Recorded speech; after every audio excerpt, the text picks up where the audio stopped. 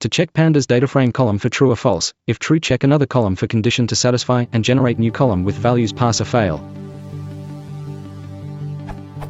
Input explained. I have a dataframe or df, which holds columns or space and a threshold. Scenario to consider. When df, space, is true, check df, threshold, equals 0.2, and if both conditions satisfies, generate a new column called df, space underscore test, with value pass or fail.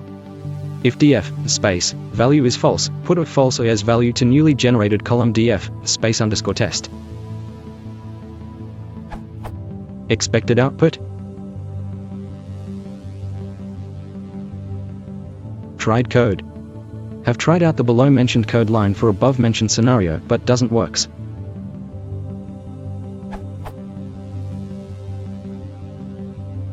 In need of help to resolve this. Thanks in advance.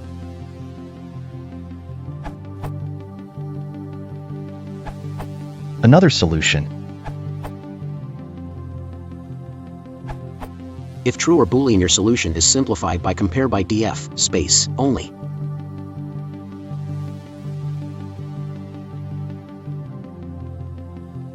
Alternative with number py.select.